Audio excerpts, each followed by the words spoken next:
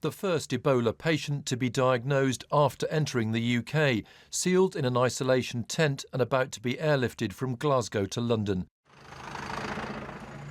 And early this morning with a police escort on the final leg of the journey, arriving at the Royal Free Hospital in North London. Pauline McCafferkey, a public health nurse from South Lanarkshire, went to help those suffering from Ebola in Sierra Leone, but herself has been struck down by the potentially deadly virus. She was in a group of NHS volunteers who departed for West Africa in November. Pauline, seen here on the right, spoke to BBC Scotland about her excitement and apprehension. You've got to have a certain element of fear there. You don't want to be going into this being complacent. But we've just undergone 9 days of training with the MOD. Fantastic training, state-of-the-art.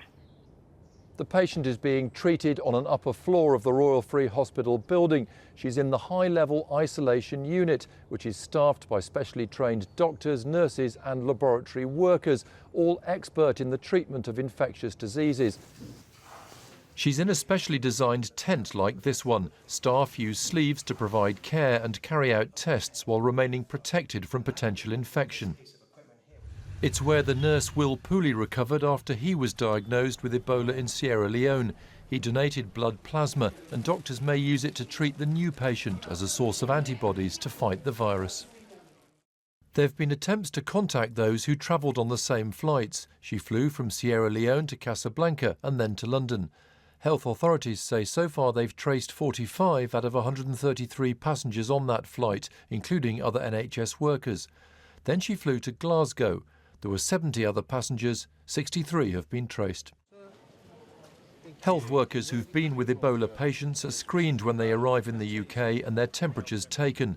Pauline McCafferkey was said to be normal when she came through Heathrow, but another doctor on the flight said the process was not well organised.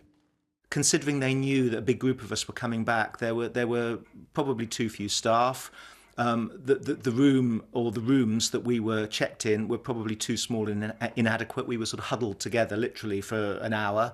So if anyone hadn't had contact with someone infected, they certainly would have done by the end of that hour. Health chiefs point out that Ebola can only be passed on by someone who's feeling the symptoms. None of us would want to be near a very sick Ebola patient. But because of our screening, we know that even if they are incubating Ebola, if they are apparently well at the time, the risk to anyone sat by them is very low. The focus now is on how this nurse got Ebola in the first place, even after all the training and the use of protective equipment.